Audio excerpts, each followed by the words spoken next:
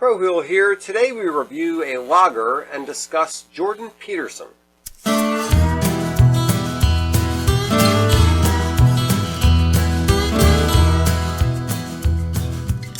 Hello and welcome to Beer and Conversation with Pigweed and Crowhill. Good evening, Pigweed. Good evening, Crowhill. And good evening, Longinus. Hey, Longinus.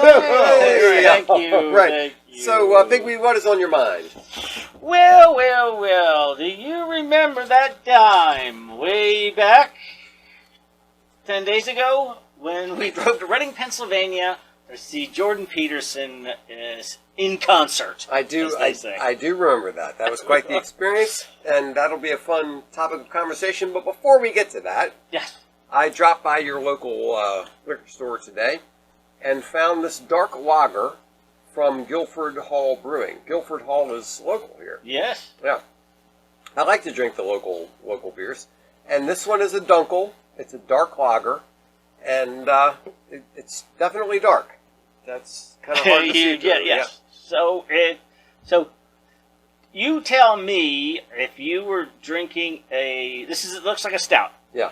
Yep. If you had a stout, which is an ale, mm-hmm. and a Dunkel, which is a lager, that you could identify the difference and what would make this more lagery? Yeah, that's a good question. So in this particular case, we're gonna have to do that. We're gonna have to do a blind taste test one time. That actually would be good.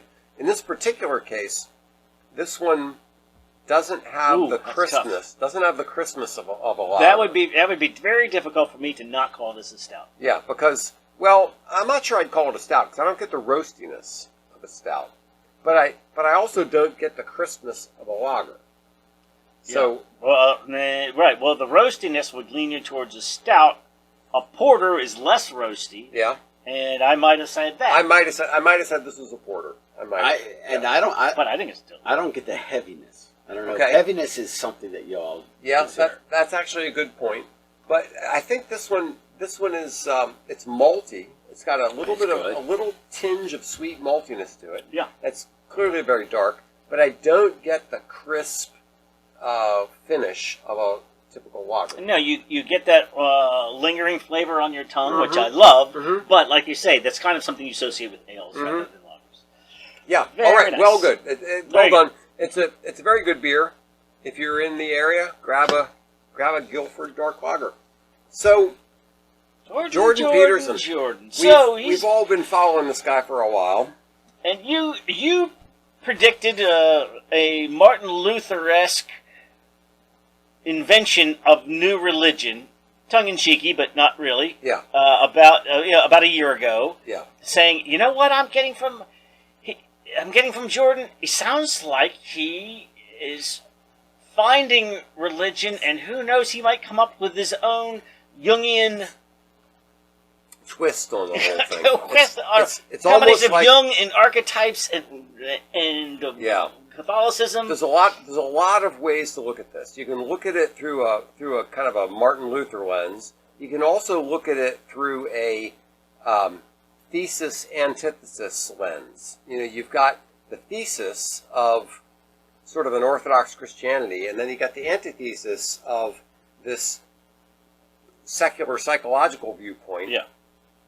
And he's trying to blend these two things. He's trying to find a middle ground between them. And so a year or so ago, he would have talked about the psychological value, and not necessarily the evolutionary psychology. Well, maybe a little bit of it. And then when asked, Jordan. Yeah. Do you believe or not? Do you believe in God? And he would say, this cagey way, I live my life as if God exists. Yeah, which isn't much of a commitment. He was so cagey, and it frustrated the hell out of me, because people would say, do you believe in God? And he would say, what do you mean by believe? What do you mean by God? Yeah, yes. And so my response would be, okay, God is a spirit, infinite, eternal, and unchangeable, and his being, wisdom, power, holiness, justice, goodness, and truth. Do you believe in that? Right? But Jordan takes a very different kind of an approach to this, which is when he is talking about what he means by God, it's very different. He's talking about a bunch of different things. He's talking about, the pinnacle of the hierarchy of values. Yeah. He's talking about the ultimate archetype of the father, and but it seems like that he had, as far as I understand, he's now practicing Catholic. Well, his wife is. I don't know Right, if he his is. wife. Okay, Yeah. so the name of the tour is "We Who Wrestle with God," right? And so, Which is going to be the name of his new book. which Right. is book coming out in the fall. So I think right. So he's going to finish his tour in the fall, and then the book comes out. And so based on what we have witnessed, and even the name, and him creeping closer and closer to actual belief, I thought he was going to, the big reveal. So I thought, what I expected going in, and we talked about this before we went into the show, was I thought that this was going to be part of Jordan trying to establish his argument for the existence of God. Yes, that he has worked his way through this to the point where not only do we see the value, it's necessarily true. Yeah. So that's where I think Jordan needs some help. And I'm thinking of actually writing a book on Jordan Peterson's argument for the existence of God, because I don't think he can do it. I've been listening. Because if this is the precursor to his book where he finally lays down why he believes God must exist, he's not a systematic thinker. No. He did not make the case. He did not. So we'll get into that some more. But let's back up a little bit and talk about just the setting. Like, how did we get there? Why did we go there? Yeah, so Longinus was supposed to come along, but due to circumstances could not make it. And I said, we'll turn this into a combination camping trip, and maybe even get some hiking in. And the good thing about the camping trip is you got a fire. Yeah. You can sit around the fire. That's the kind of place that you talk about Jordan Peterson. Exactly. So that was life and the fire, and So it turns out Longinus couldn't make it, and then it rained for a week. Yeah. And we got there, and it was mushy, and it rained the whole way up. The whole way up. Yeah. And it just we were able to set up in a drizzle, go to the event to downtown Reading. So as we approached it, how'd you like that? It had some charm. It definitely had some charm. But downtown, which was the tattered and worn out. It was just worn out. It was worn out, and it just did not have. And depressing. It was hard to find a place to get a bite. We just wanted a sandwich and a beer, and we ended up. There's a great microbrewery there, though. What? I would have taken you there. Yeah. Okay. We didn't find that. 2 years ago, I went to Reading, Pennsylvania, because Elliot or Emmett, one of the two, had a baseball game there. Okay. We dropped them off, and it was like, all right, 4 hours later, come pick them up or something like that. So Tracy, all right. Yeah, sure. 4 hours sounds good for 3 pints. We figured there would be something walking distance. So we found a pretty cool, but anyway, Reading is probably rough on its heels. We found a relatively decent place to get a sandwich, but it was not what we expected. So the arena itself, I think we came up with, it was about 7,000. Yeah. So it's big enough for, it looked like it could have a minor league hocky. Yeah. But wasn't a big place. But there was the stage. Was it full? Was it half full? Well, the back quarter of it was blocked off because just because the nature. Because they had to make the stage.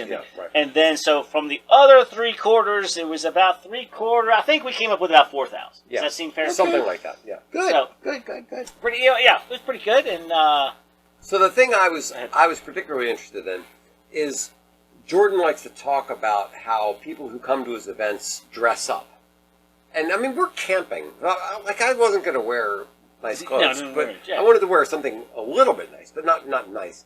And I wanted to see how people came dressed, and it was quite the variety. You had people in suits, you had women in dresses, and you had people in hoodies and t-shirts and everything else. So you had quite a variety in the way people were dressed. And then the other thing that frequently comes up with this is the men versus women.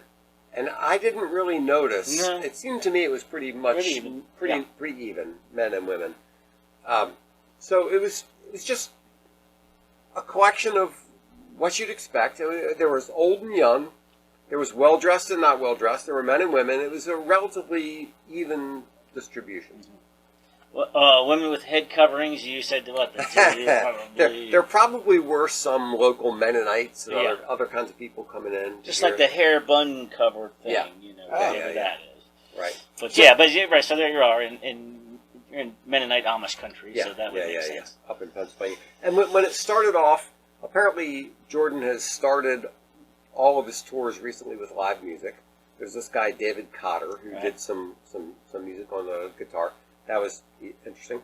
And then he had an intro from John Vervake, who was a colleague of Jordan's at Toronto? University of Toronto, And he gave a little intro. He had 3 basic points.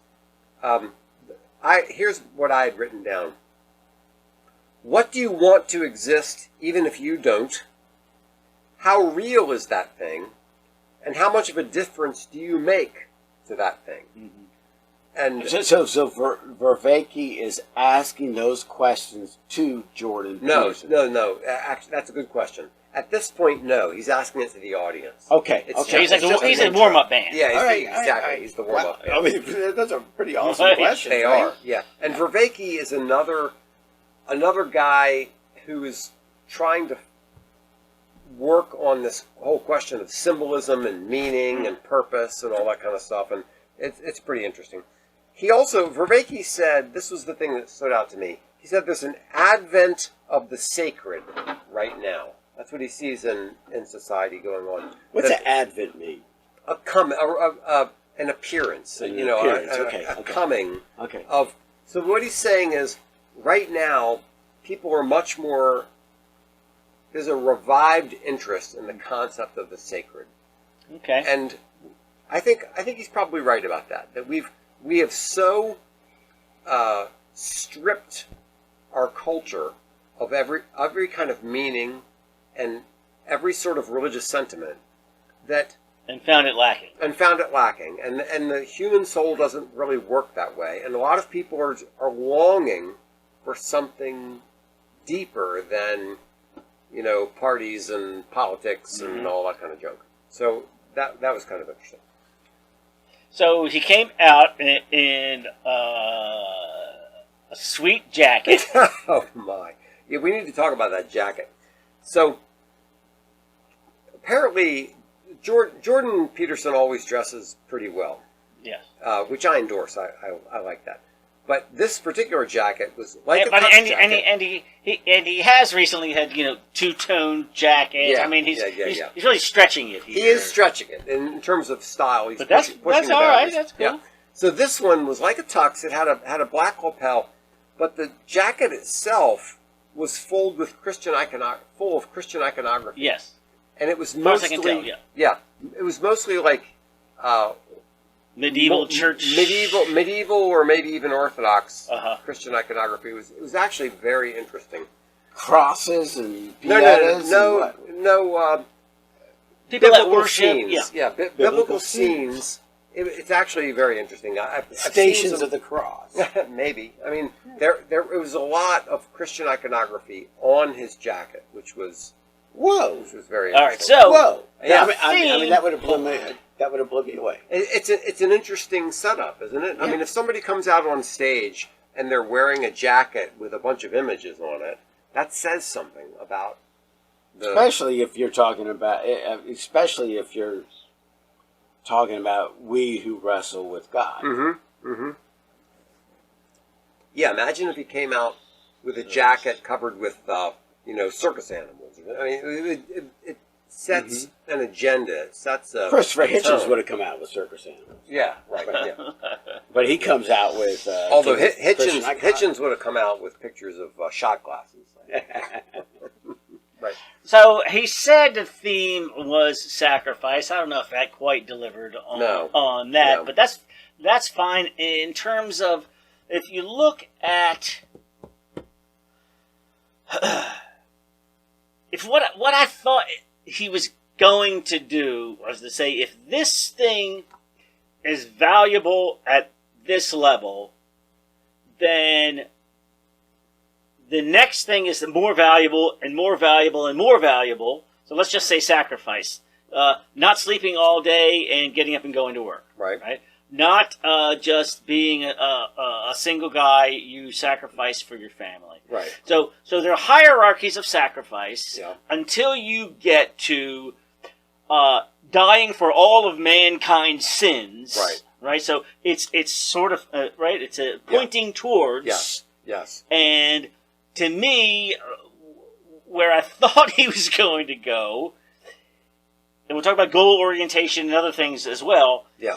Is that makes that thing true? Yeah. Yes. Right. So you're Am I jumping ahead here? No, but right. you're uncovering a lot of the kind of feeling I had about this presentation, because Jordan Peterson is brilliant, but he's not systematic, and he doesn't seem to know how to take one concept and build it up to something else. And what you were expecting, what I was expecting, was here I am trying to build this argument for the reality of God. Yes. And if you want to do sacrifice, okay, fine. Then he talked about how work is sacrifice, and he talked about other things about sacrifice. Okay, fine. And as you said, you could build this structure and then say the ultimate sacrifice is the sacrifice of Christ, and all these things are kind of pointing us towards this apex, and that shows the reality of it. That would be a kind of an argument, but we didn't really get that. It was all this meandering, wandering, and kind then of about the importance of goals, or you could say the supreme leader, like the best person in your town, hopefully, is your mayor, and until you've got the emperor of the entire Roman Empire, right? He's obviously the top, but there's got to be something more than that. Yeah. And what is that? And what is that? Right. Or is that just the extrapolation? Yeah. The normal extrapolation of moving yourself from it's bottom up thinking or top down thinking. And then the other, yes, exactly. And then the other side of it is the question of, is it helpful? Is it useful? Or is it true? Mm-hmm. And that was the big topic that we wrestled with. Is it's one thing to say that the concept of sacrifice is important, helpful, useful. Yes.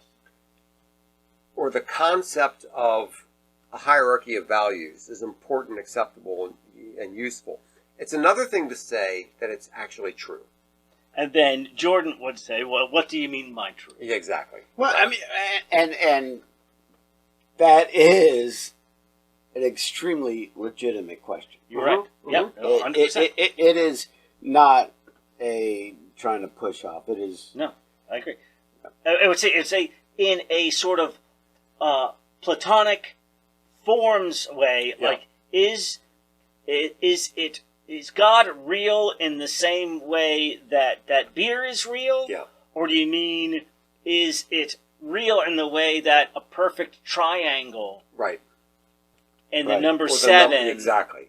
Yeah. Are these things real? Yeah, they're real. You can't touch them. Mm-hmm. And so I think that's part of what you're saying, Longinus, that the question is good because it's not just skirting the issue of what is true. Like, one of the things that Jordan Peterson draws out, which I think is very, very useful, is that the atheist materialists and the fundamentalists are both approaching the question of the existence of God from from the same but the wrong perspective. Right. The same foundation. Yeah. But that foundation is incorrect. Yeah, because they're asking questions like, does God exist in the way this table exists? Does God exist the atheist materialist? And in a way, in a perverse way, the Christian fundamentalist.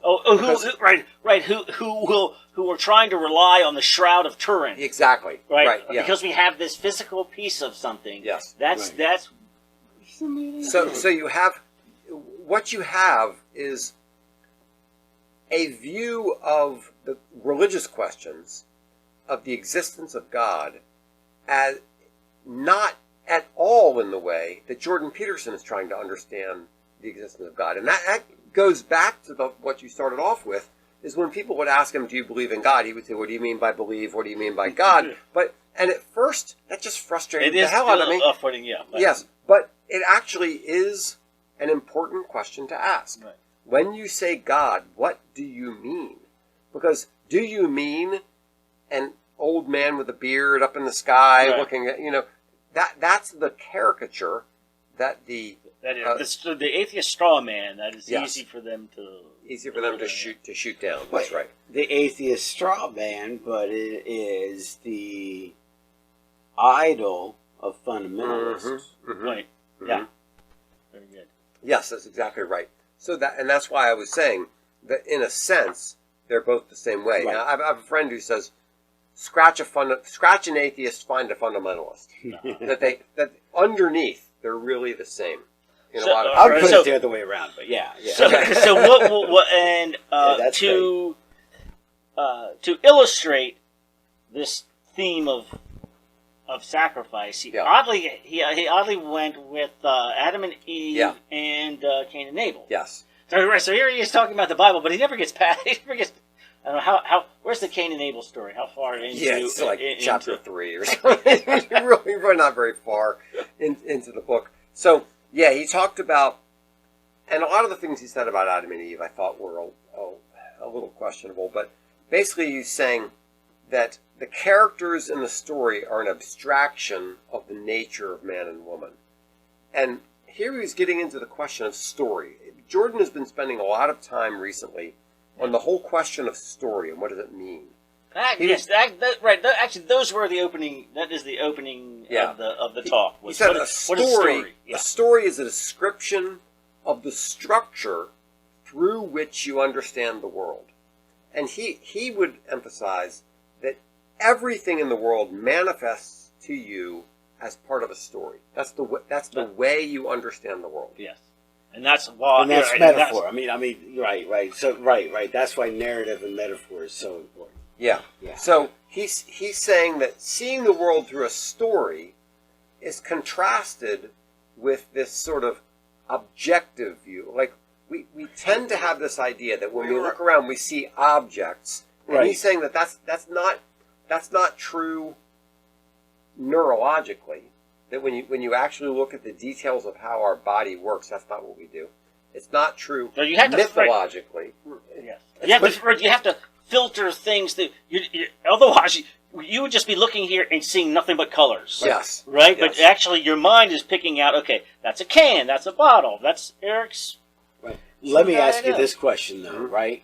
All right. So because I think this is maybe the mind-body split of the 21st century is the metaphor, scientific, objective view. Mm-hmm. But so where does the scientific, objective view fit into interpreting the world as story? Yeah. So that is a theme that has come up in a lot of his talks, and I can't really answer the question because I haven't read enough of science about it to say. But from Jordan Peterson's perspective, he's saying that a lot of what we're learning about the way we actually perceive things. And he's talking about neuropsychology. Yes, he's talking about the science of psychiatry. And perception. Okay. And basically what he's saying is that all of perception has to do... So here's an example. Here's this thing, okay? Now, we look at this thing, and we say that's a glass full of beer. But another way to look at that thing is that's a drinking thing, okay? So this is a drinking thing, and what you do with it is you drink from it. Now, the other things about it being a glass and having beer in it are secondary. And this was highlighted to me when I was standing waiting for my luggage at BWI. And there was this little kid, and he was crawling around on the ground, and underneath the baggage claim thing, there was this button. All right? Now, when I look at it, I see button. When the kid looks at it, he thinks that's a pushing thing, Right? right? That's something that you push, right? Did he push it? Yeah, he tried.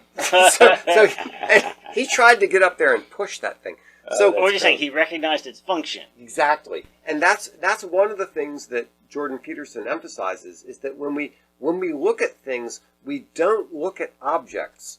We look at goals. We look at I see. and that's part of this whole question of story. So when I look at this, there's apparently this mental disorder or problem where when people see this, they have to drink. When people see an open doorway, they have to go through it because their brain is saying that thing is a thing you go through. That thing is a thing you drink. That thing is a thing you sit on. Teleology, right? Exactly. Like, what is it? What is its function? What is its function? So that's part. And so his argument is that's not a philosophical question. That's a neurological question. That's like the way the brain actually works. Okay. Is tied to these issues of But teleology and function. Exactly. My first reaction would be that is a materialistic explanation for how we work our way through the world. How would you extract from that a spiritual or mythological? Well, you can. And well, that's one of the things that is Because it seems like he's trying to do both. He's trying to mesh the two, which is what I was hoping to hear. That gets back to my Martin Luther exactly. point. Yes, is that Jordan Peterson, in my opinion, seems to be trying to take two radically different perspectives on the question of reality and religion and God and meaning, and he's going to try to make a new synthesis. Yes. And when it happens, you heard it here first. Like Crow Hill on the PNC show. That's right. Yeah, so I think what he's trying to do is build a completely different approach to the question of God and morality and meaning and purpose and everything else that is radically different from everything that we've seen before. Because it combines psychology, it combines neurology, it combines history, it combines all these things. But it's going to so the hold on 1 second. The Joseph Campbell mythological view, like why do we interpret the world this way, and then ultimately say because it's true, right? Yes. Which he didn't deliver. He didn't deliver. Right. What are you going to say? Yeah. I was just going to say. I mean, I personally, I applaud the neurologists and psychiatrists and psychologists and evolutionary biologists and whoever else you want to put in that to study how consciousness is manifested in our day-to-day lives. Right. I think that's really important. But the one thing that I don't think that what you just said is it doesn't take in the transcendent. It doesn't take in that above. So do you applaud Crow Hill's anticipation of Jordan being able to blend the two to a point, yeah, absolutely, and bring in insight upon insight upon insight, but and so science can explain so much, but it can't explain the transcendent. No way. Right. Yeah, and that's where I think the Dawkins materialist. Yeah, his background as being a Jungian psychologist, looking at archetypes and all the other kinds of this concept of meaning that's very different from the way a Dawkins or a Harris or these other guys would look at these questions. It brings a completely different perspective to these issues, and I was really hoping that he was going to start to draw these things together into something like a systematic argument, and we're just not getting that. No. He needs some help on that. He walked up to the edge and said, "Well, you know what? You're gonna have to decide that for yourself." I won't say cop out, but it's not an easy step to make. I'm not just saying. I'm open to the idea of you making the argument that takes that last step. He didn't. He couldn't. Maybe no one can, or whatever. And I would suggest, if I was trying to play the mystic or the spiritual, Deepak Chopra. Right. The only person that could make that step would be you. And you have to do it all on your freaking own. Right? Yeah. And that's terrifying. I think that what Jordan Peterson needs is somebody to systematize his thoughts and put them in a logical order so that they make a compelling progressive case. And that's just my bias. Or maybe I hear it's almost unreadable. Let's just say he's got an 8-month lecture tour where he takes you right up to the edge and doesn't commit to it, and then releases the book where he does, which would be genius. It would. It would. But I'm not sure he's going to deliver on that. What is he committing to? To taking that last step and saying, and because it looks like it looks like it's pointing towards something, therefore that thing is true. Or I believe it's true. And there are so many different this is why angles. I have decided that God must be real. Yeah. As I built my argument up, that's why I think that God is real. And he didn't say it. Right. He didn't say it. But then again, how do you define God? Well, what's he talking about? There are so many different elements that he has to work together here. First of all, what do you mean by God? That's one of the questions he has to deal with. The other question is okay, this concept that you're talking about of God is useful, it's helpful, it's necessary to society. It's all okay. All those things might be true. It's the reason we have developed. It's the reason. They're wonderful arguments. Yes, and you could have a Sam Harris or a Richard Dawkins sitting there saying, "Okay, fine.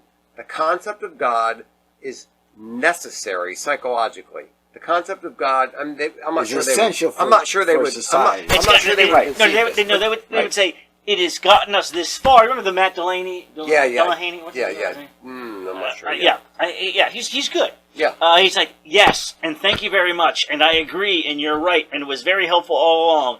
But we've gotten here, and you know what? We'll take it from here. Thank you very much. Reason and science. Yes. We're out. Yes. Exactly. So a person could argue that yes, the concept of God was necessary to bring humanity together, to have a culture that had a common goal. It's been the foundation of Western society that has given us so much of the civilization and technology that we enjoy. Yes. Values. However, all these different things. However, now we know it's just not true, and we're going to do something else. Right. And that's the criticism that it's a completely valid criticism. It's the Bene Gesserit view of religion that we see in Dune, and I want to see somebody make the argument, no, it's not just this was helpful, this was useful, this is necessary, this is socially whatever. It's also true. Yeah. And that's the thing that Jordan flirts with, and he plays with, and he tries to make it, but he did not make that case. But he can't. He can't. Why not? Well, stepping out, because the only way to make that next step is a personal mystical experience. You think so? Yeah. Right. So, or otherwise, it is beyond words. It's beyond language. It's beyond. You're asking him to make a rational argument about something that does not have a rational answer. Is that what you're saying? And it's not rational, and it is for each and every individual to make. Well, that is certainly that is certainly a common society. It's not about society. It's not about community. It's not about morals. It's not about virtues. It's about you and your soul. Yeah, but then you don't have an organized religion, an organized belief that a society can rally around and have a common foundation. But exactly. Right? But that's why you have in every religion you have the esoteric, the inner teachings, and the exoteric, the outer teachings, the rituals. That's why you have both of those together. Right. So, and that's why they don't even. Sometimes they contradict each other. Yes. So there is certainly a role in every religion, as you point out, for this concept of a personal experience. The Mormons would say, you read the Book of Mormon and you have the burning in the bosom. Right. And other people would have this born again experience, or other kinds of experiences that people have. Speaking in tongues. Where somehow God is now present in a not rational, in a experiential way. And that is obviously a clear challenge to the whole question of making a rational case for the existence of God. But I think, and Jordan has actually gone into that to some extent when he talks about psychedelics. Sure, absolutely. Yeah, because psychedelics sort of expands or warps that conversation. Yeah, and I say warps, but more than expands. Yeah, and it's an interesting question, because why is it that psychedelics point people towards that kind of an experience? The mystical experience, I think, is what it is. Now, because the drug messes around with your filter. But why is it? Well, yes, the drug messes around with the filter, but it messes around with it in a particular way. Right, but then the materialist would say it's just messed up. Your brain has certain neuronic connections that you're just messing with. Yeah. And so now it's just doing things willy-nilly, and you're interpreting them as some sort of mystic experience. Yes, and that gets back to the whole, we have a hyperactive pattern finder in our brain. Yes. The pattern finding mechanism would just be kicked into overdrive, and then the experience that you came out of the ayahuasca experience, whatever, was enlightening. Was it real? I mean, does it mean that you have touched the finger of God in Michelangelo's painting, or did you just get really high? Yeah. So what this all comes down to me, maybe both. Maybe it's both. What this all comes down to me is it's relatively easy, or at least it could be easy, to argue that religion is necessary, or that it's beneficial, or that it's somehow fundamental to humanity. And I would suggest that is backed by scientific, hard science, as well as soft science research. It seems but if you're using the benefit to then sell it as the truth, you're kind of lying. Yes, So you're Benny Gesserit. Now you're getting to the whole, you can't create an ought from an is. And so the problem is, you can argue that it's important, necessary, and whatever, but that doesn't say true. And that's the point. And then if you're in the position of then pushing it because of all of its great necessity, and you yourself know it's false, or believe it's false, I don't know, there's something just comfortable about that. Yes. Well, I mean, I hate to say it, but, we're all going to find out if it's true or not, or maybe or not, because we're all going to freaking die, and that's going to be... Maybe you guys. You're going to die. I don't know about me. I'm not going to die. You guys can believe it. I would love to have you guys live on forever. All right. Well, okay. So it was fun. It was satisfying in its own way, but Somehow, It I mean, did not. God, it I did wish not- I was there. It did 'cause not answer the Jesus. question that Yeah. we wanted it to yeah, answer. I mean, what? I thought that the eternal answer of the universe was going to be solved in Reading, I Pennsylvania. know. Come on. Weird that it didn't. I know. It's so strange. I wish I was there. I wish you were too. Well, it was a good time. Sorry you weren't there. We'll find some. Thanks so much for listening to Beer and Conversation with Pigweed and Crowhill. Remember to visit us at pigweedandcrowhill.com or send us an email at pigweedshow@gmail.com.